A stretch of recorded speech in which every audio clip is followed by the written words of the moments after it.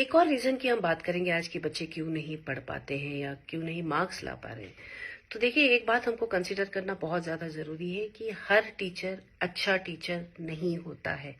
अगर हम हमारी लाइफ में भी जाकर देखें तो हमारे पूरे स्टूडेंट लाइफ से हम एक या दो टीचर के ही नाम लेंगे जिन्होंने हमें कुछ ऐसे ढंग से पढ़ाया था कि हमें पढ़ने में मजा आता था, या हमें उनकी क्लासेस अटेंड करने में मजा आता था, या वो हमारे इश्यूज, हमारे प्रॉब्लम को समझ के उसको एड्रेस करके बहुत अच्छे से पढ़ाते थे। या कोई टीचर्स ऐसे होते थे जो इतनी बार रिपीटेशन करवा लेते थे कि हमको जो जरूरी है वो सब याद हो जाता था। तो हर टीचर में ये कला नहीं होती। आप ये समझिए कि अनफॉर्चुनेटली इंडिया में आज भी आउट ऑफ पैशन टीचिंग करने वाले बहुत कम टीचर्स हैं। मैक्सिमम टीचर्स, जब मैं स्कूलों में भी जाती हूँ और कॉलेजेस में जाती हूँ और टीचर्स से पूछती हूँ कि आपने ये टीचिंग प्रोफेशन क्यों लिया, तो जिस तरह के रीजंस वो शेयर करते हैं उसमें कई तरह की बातें होती हैं। जैसे भाई हमारे घर में केवल स्कूल में ही जॉब करने के लिए परमिशन मिली हमको, और कोई काम करने की परमिशन नहीं मिल रही थी। एमएससी के बाद में और क्या कर सकते थे, एमए के बाद में और क्या कर सकते थे, और कोई करियर ऑप्शन नहीं था। इसीलिए तो टीचर बनना, केवल उस सब्जेक्ट में नॉलेज होना does not make you a teacher. Teacher का काम होता है टीच करना। अभी देखिए, क्योंकि टीचर टीच नहीं कर पाते इसीलिए हम फिर दूसरे टीचर के पास भेजते हैं ट्यूशन में।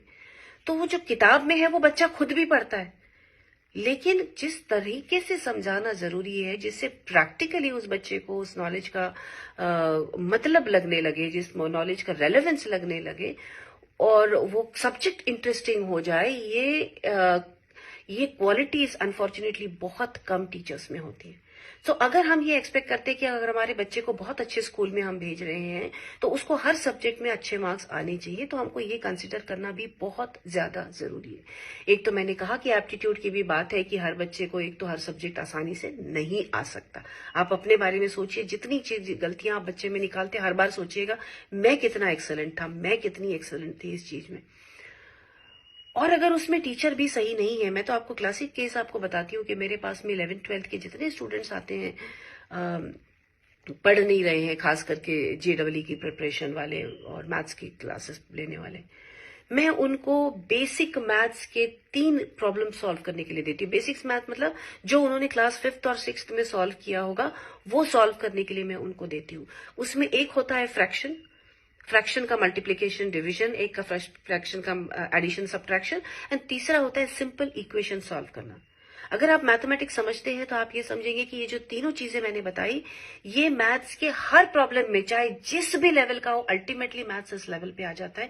ये सॉल्व करने के लिए इन चीजों की इस्तेमाल जरूरत पड़ती है। अभी जिस समय क्लास 5th में ये पढ़ाया गया था उस समय का उसका रेलेवेंस आज कोई नहीं पढ़ाता।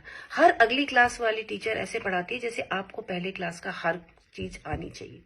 तो कितने बच्चे ऐसे होते हैं जो क्लास में समझाया हुआ समझ जाते हैं क्योंकि बेवकूफ नहीं है, लेकिन every time they sit down to solve, वो बीच में कहीं आके वो गड़बड़ कर देते हैं because they can not do the calculations properly at all. और ये 3 प्रॉब्लम्स जब मैं इनको देती हूँ तो मुझे इतना आश्चर्य होता है कि जो आज जेडब्ल्यू की प्रिपरेशन कर रहे हैं इनको बेसिक इक्वेशन सॉल्व करना नहीं आता, इनको basic addition subtraction multiplication division of fractions नहीं आता है। तो जिन बच्चों का 5th 6th 7th 8th में बेस सही नहीं रहा होगा उनको आगे चल के कभी भी मैथ्स ना अच्छा लगेगा ना इंटरेस्ट आएगा, बल्कि उनको डर लगेगा मैथ्स का। बाकी भी सब्जेक्ट्स ऐसे ही, आप हिस्ट्री जैसा सब्जेक्ट देख लीजिए, अगर अच्छी टीचर आपको मिली होगी जिन्होंने कहानियों की तरफ बताई है तो आप हिस्ट्री के दीवाने होंगे। लेकिन जिनको अच्छे टीचर नहीं मिली है, जिनके लिए हिस्ट्री केवल डेट्स है और केवल रटना है, they will always hate the subject of history. मेरे लिए सबसे ज्यादा डिफिकल्ट वॉज केमिस्ट्री। मुझे कभी केमिस्ट्री सब्जेक्ट समझ में नहीं आया। अब जब मैं यंग बच्चों का 3 डायमेंशनल वीडियोस देखती हूँ केमिस्ट्री सीखने के लिए, मुझे लगता है काश मुझे किसी ने ऐसा पढ़ाया होता तो मुझे समझ में आ जाता था कि ये क्या है। तो टीचर्स को टीचिंग करने का तरीका नहीं आता है। Unfortunately, they don't focus on that also. They may be good at their subjects, with due respect to them. But कई टीचर्स का पब्लिक स्पीकिंग स्किल्स भी इतना अच्छा नहीं होते कि बच्चों का अटेंशन लेके रखे वो। क्योंकि आप खुद देखिए कि जब आप किसी प्रोग्राम में जाते हो और स्पीकर बोरियत भरा होता है, हम सब आपस में बात करने लगते हैं। तो स्टूडेंट एक बोरियत भरी क्लास में शांति से बैठे और फुल कंसंट्रेशन 45 मिनट्स 1 आवर दे, ये कैसे एक्सपेक्टेशन है? वैसे ही ह्यूमन माइंड 7 मिनट से ज्यादा एक समय पर कॉन्सेंट्रेट नहीं कर पाता। उसमें भी अगर टीचर बोरियत भरी है, रट कर आई है। आजकल कॉलेज के लेक्चरर्स मुझे कितने बच्चे बताते हैं कि आजकल टेक्नोलॉजी आ गई है, तो पावर पॉइंट प्रेजेंटेशन बना के आते हैं, उसमें बड़ा बड़ा लिखा होता है, वो बस एक एक स्लाइड चला के उसको पढ़ देते हैं और चले जाते हैं। तो उनकी जरूरत क्या है, ये तो हम किताबों में भी पढ़ सकते हैं। तो ये होता है। सो ये जब हम एक्सपेक्ट करके चलते हैं कि भाई हम इतने महंगे स्कूल में बच्चे को भेज रहे हैं, तो the child should know everything और बहुत अच्छे से पढ़ना चाहिए, ये तो भाई गलत है ना।